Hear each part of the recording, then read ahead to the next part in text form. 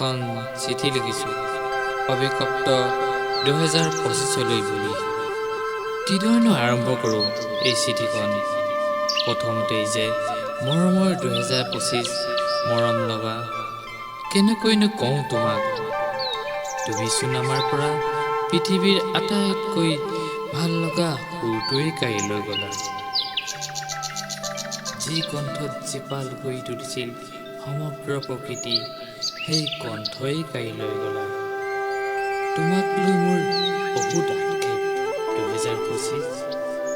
চৌদিশে দেখিলোঁ কান্দোন আৰু কান্দোন। আমি অসমীয়া মানুহবিলাক তেনেই সহজ সৰল। কোনোবা যাওঁ বুলি ক'লেও যাবলৈ নিদিওঁ সহজে। কিন্তু শোকে আৱৰি ধৰা মোৰ অন্তৰখনে কেতিয়াও নিবিচাৰোঁ যে তুমি আকৌ ঘূৰি আহা। তুমি হয়তো নাজানা তুমি আমাৰ পৰা কি লৈ গলা। এদিন হয়তো উপলব্ধি কৰিবা। সেইবাবেই তোমাক লৈ মোৰ আক্ষেপ 2025। 18 নৱেম্বৰৰ জন্মদিনৰ দিনটোত তোমালৈ মোৰ বৰকৈ মনত পৰিছিল জুবিনদা। ভবা নাছিলোঁ তোমাৰ বাবে ন্যায় বিচাৰি আমি হাহাকাৰ কৰিব লাগিব। চৌপাশে মাথো justice for Zubeen Garg, justice for Zubeen Garg.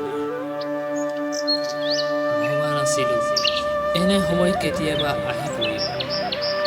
মনটোৱে মানি ল'ব পৰা নাই যে জুবিন গাৰ্গ এতিয়া আৰু আমাৰ মাজত নাই, আৰু জুবিন গাৰ্গক যে কোনোবাই মাৰিব পাৰে সেই কথা ভাবিলে আৰু চকু কপালত উঠে। কিন্তু ইমানৰ পাছতো আমি জুবিন গাৰ্গ নোহোৱাৰ ন্যায় বিচাৰি হাবাথুৰি খাব লগা হৈছে।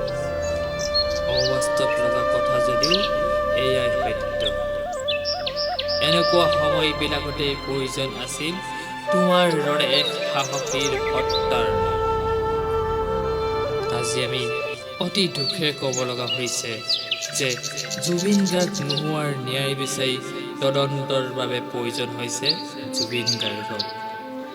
আজি জুবিন থকা হ'লে সাধাৰণ ৰাইজে ক'ব নোৱাৰা কথাবিলাক এটা ধমকত ৰজাঘৰীয়াই কাণত পেলালে হয়।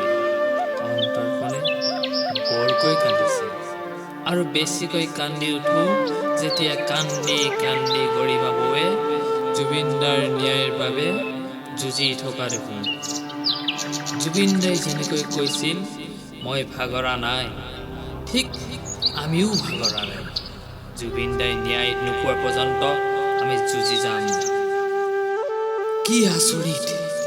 প্ৰথমবাৰৰ বাবে এটা সমাধি ক্ষেত্ৰ মন্দিৰলৈ ৰূপান্তৰত হোৱা দেখিলোঁ। যিটো মন্দিৰত নাই কোনো জাতি ধৰ্মৰ ভেদাভেদ, নাই কোনো ধনী দুখীয়াৰ ঋতবিদ। তাত যায় কেৱল মানুহ আৰু মানুহ, আৰু চৰাই চিৰিকটিৰ কোলাহল। তথাপিও তোমাক লৈ মোৰ আক্ষেপ 2025। কাৰণ মাথো এটাই, তুমি যে আমাৰ পৰা হিয়াৰ আমঠু সুৰৰ সম্ৰাট, বিখ্যাত হামিং কিং হাৰ্টথ্ৰব জুবিন দাক আমাৰ মাজৰ পৰা লৈ গলা। নিবিচাৰোঁ আৰু তোমাক উদযাপন কৰিব। গুচি যোৱা আমাৰ মাজৰ পৰা। বিদায় জনালোঁ তোমাক 2025।